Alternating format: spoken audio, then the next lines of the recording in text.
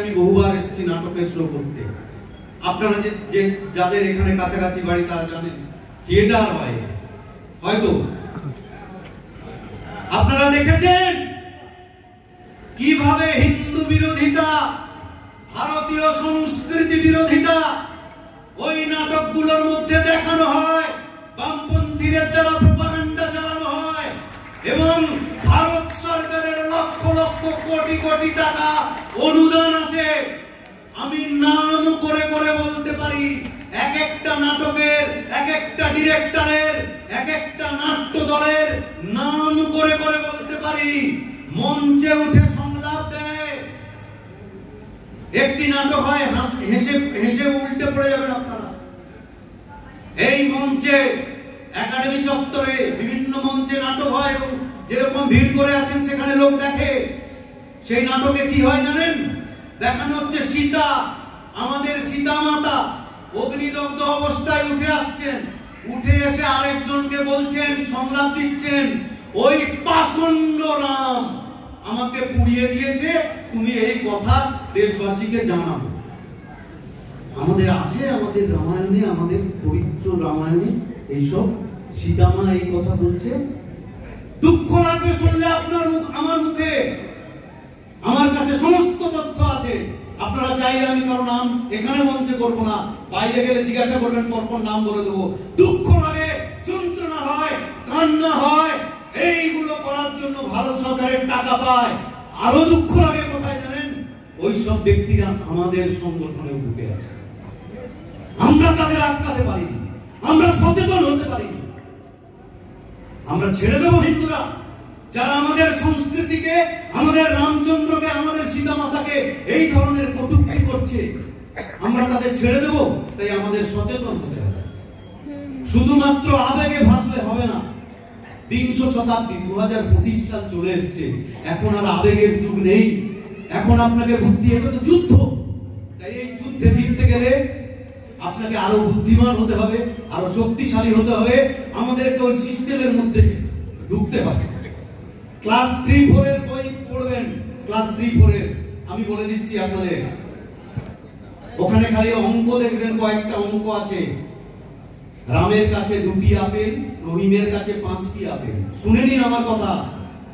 রহিম রামকে 3টি আপেল দিল, তাহলে এখন রহিমের কাছে কটি আপেল? আজ অব্দি কোন রহিম কোন রামকে আপেল দেয় না, মারধর করা ছাড়া কিছু করে না। এক দুজন কথা ছেড়ে দিন, সেটা আলাদা কথা। শিক্ষা ব্যবস্থার মধ্যে ভণ্ড সেকুলারিজমকে ঢোকানো হচ্ছে। আমরা ওই জায়গাটা বুঝছি না, আমরা ঢুকতে চাইছি না, আমরা আবেগে ভাসছি না। ভাসলে হবে না। আমাদের যে লড়াই, ছোটখাটো লোকেদের সঙ্গে লড়াই নয়। আমরা জানি রাষ্ট্রীয় স্বয়ংসেবক সংঘ পৃথিবীর সব থেকে বড় সংগঠন, এটা আমরা জানি, কিন্তু ভুল জানি। পৃথিবীর সব থেকে বড় সংগঠনের নাম তাবলিগি জামাত। শুনে রেখে নিন। এই ভারতবর্ষে কোনদিন দেখেছেন রাষ্ট্রীয় স্বয়ংসেবক সংঘের লোক কাউকে গিয়ে মেরেছেন? দেখেছেন? সেবা কাজ নিয়ে থাকে। কিন্তু এই ভারতবর্ষে সেই সংগঠন ব্যান করা হয়েছে। অথচ যে তাবলিগি জামাতকে আরব দেশ ব্যান করেছে, সেই তাবলিগি জামাত দিল্লি থেকে হয়েছে। জীবনে কোনোদিন ভারতবর্ষে ব্যান হবে। আমি এটার উদাহরণ এই কারণে দিলাম যে আমাদের লড়াই আবেগের নয়, আমাদের লড়াই অনেক বুদ্ধির লড়াই। আমাদের যারা শত্রু, আমি বলছি রাজনৈতিক ভাবে রাজনীতির কথা বলা বারণ, তবু আমি দু একটা কথা বলতে বাধ্য হচ্ছি। রাজনৈতিক ভাবে আপনার বিপক্ষের কোন রাজনৈতিক দল হতে পারে, কিন্তু আমি মনে করি, এটা আমার ব্যক্তিগত মত, কেউ মানতে পারেন না পারেন, ভারতবর্ষের সমস্ত সভ্যতা, ভারতবর্ষের সমস্ত সংস্কৃতি শত্রু হচ্ছে বামপন্থা। তারা আমাদের শেকড়টাকে নষ্ট করে দিতে চাইছে। সেই জায়গায় আমাদের সচেতন হতে হবে। এবং ভারত সরকারের লক্ষ লক্ষ কোটি কোটি টাকা তারা আত্মসাৎ করে নিচ্ছে সংস্কৃতির নামে। নাটকের নামে, সঙ্গীতের নামে, কবিতা সাহিত্যের নামে, আর আমরা ওই জায়গাগুলোয় ঢুকছি না। আমরা এখানে হিন্দুরা একত্রিত হয়ে আলোচনা করছি, কালকে নাগরিকত্ব পাবো, আমরা খুব আবেগ নিয়ে বাড়ি ফিরবো। আর বাড়ি ফিরে আপনি গিয়ে দেখবেন আপনার সন্তান যে পড়াশুনো করছিল বা মোবাইলে একটা গান দিচ্ছিল, সে কিন্তু সেকুলারিজম শিখে নিচ্ছে, ভণ্ড সেকুলারিজম শিখে নিচ্ছে। তাই ওটা আটকাতে হবে, যেভাবে হোক ওটা আটকাতে হবে। আমি আর একটি কথা বলে শেষ করব।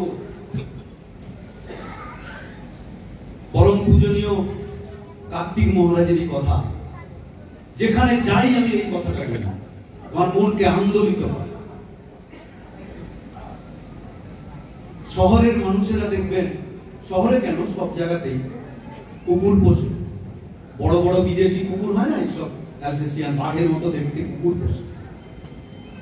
তাদের পেছনে প্রচুর টাকা খরচও করে। আমাদের বাড়ির ছেলে মেয়েরা অত টাকা খরচ হয় না, একটা বড় লোক বাড়ির কুকুরের পেছনে যে টাকা খরচ হয়, খরচও করে। দামি দামি খাবার খায়, বিভিন্ন রকমের ওষুধ খাওয়ায়, একই বিছানায় নরম গদিতে ঘুমায়, আবার এসিতেও থাকে। আর রাস্তার নেড়ি কুকুর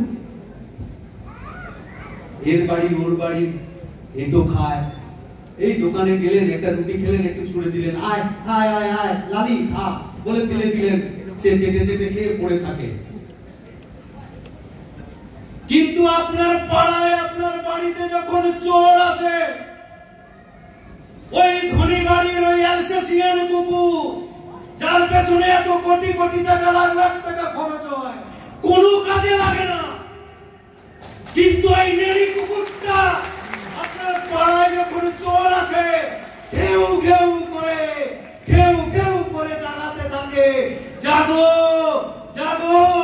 আর আমাদের সাধু মহারাজরা এর বাড়ির দুটো চাল, এর বাড়ির দুটো কলা ভিক্ষা করে খেয়ে আপনাদেরকে বলে, হিন্দুরা জাগো জাগো জাগো। তাই তাদের কথা শুনুন, তাদের পায়ে মাথা দিন। যদি হিন্দুরা বাঁচতে হয়, বুদ্ধি করে একত্রিত হন।